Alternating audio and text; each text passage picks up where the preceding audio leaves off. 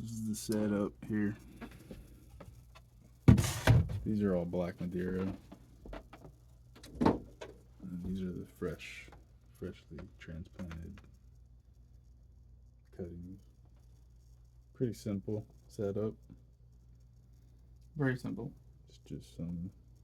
Just some shop lights and a nice bucket, a nice storage bin.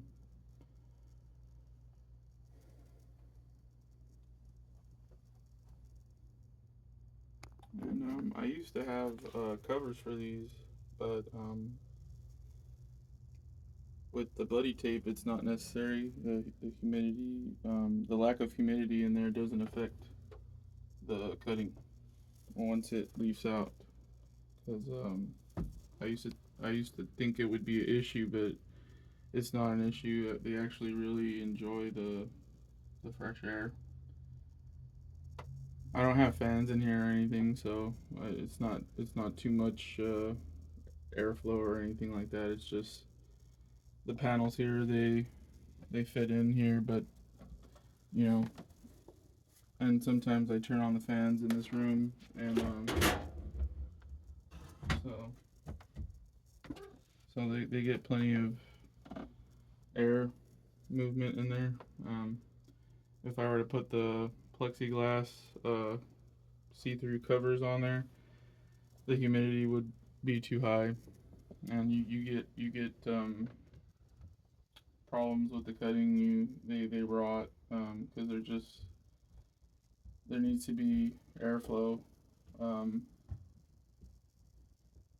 but like I said, the buddy tape really helps, and then the fact that there is so much porosity in the mix, and then the fact that the the container that they're being grown in has holes in them too. So, um, in my opinion, um, I would say the last time I did a heavy grow with cuttings, I think I had about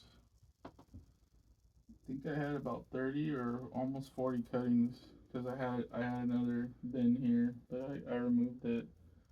Um, I think if anything, I might have lost one or two cuttings, so it's actually really high success rate.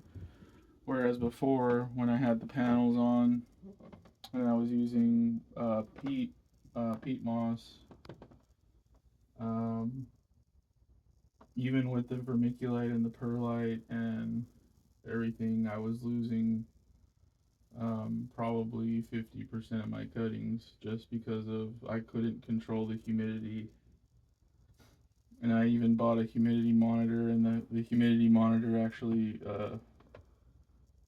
broke because it might have been because it just wasn't like a super expensive monitor. But like on some of the forums, they'll say like you need a really high humidity, and then you have to kind of transition the cuttings. I'll remove this panel again, that way you can see in there. But this really eliminates that step because they get used to having fresh air. See if I can get like a more close up. So how long have these ones been in here now? Those have been in there. Let me I have it marked, I believe. Those have been in there for 10 days, and they still have not been watered. So, and they're still good. I mean, look at that. Like they're still. I check them. I check them daily. Yeah. They might look dry, but if you do the finger test, they are very moist down there. And so yeah, because you don't want them too wet either. That's the whole problem. That's the biggest problem with growing cuttings is that it's nice and warm in there. I mean, like under warm. Those shop lights. I used to have a growing pad underneath each one, like a heat pad. Yeah, it was specially designed, and it had a regulator on it so it wouldn't cause any kind of like overheating or the accidental fire. So it was designed for growing indoors, starting seeds indoors. But it's really not needed because with with just these 3 fluorescent shop light panels, it provides enough heat or enough warmth. It's not hot. Yeah, it's not It's hot. it's just nice and warm. It feels the way Yeah. spring would feel Yeah. in there. And then I'll leave them in here pretty much the whole entire winter, and they actually grow substantially in the box. That's why these I tried to get boxes that were tall, not so much like wide, so that I could leave them in there longer for longer periods of time, and because they do eventually almost touch the lights with how much foliage they put on. And I mean they're just so beautiful to open up the when you open them up. I mean there's just tons of roots, like Yeah, I've seen it.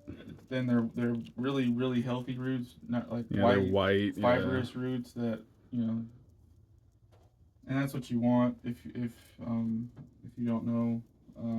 You really want beautiful, just kind of like these amazing looking roots, you know. And then I just kind of slide this over, and it's not horribly bright. It's manageable. I mean, I could put a curtain here, but there's not. It's not. It's manageable. Cool. So that's it. You leave these. You leave the lights on like. It's from like 7 in the morning to around 3 or 4 in the afternoon. Okay. So it's not a full 12-hour cycle or anything like that. It's relatively balanced. Cool. Yeah, but that's it. I hope you guys try to grow some stuff. Even if you just want to grow flowers or vegetables or anything, you can still clone using the Clonex or whatever you want to do, or just go straight into a rooting medium. Yeah. There's tons of different ways to clone. As many ways as there are to clone, that you can think of. That's how many, different experiments people have done, and they all have varying levels of success. All right, man. All right. Cool. Thank you for watching.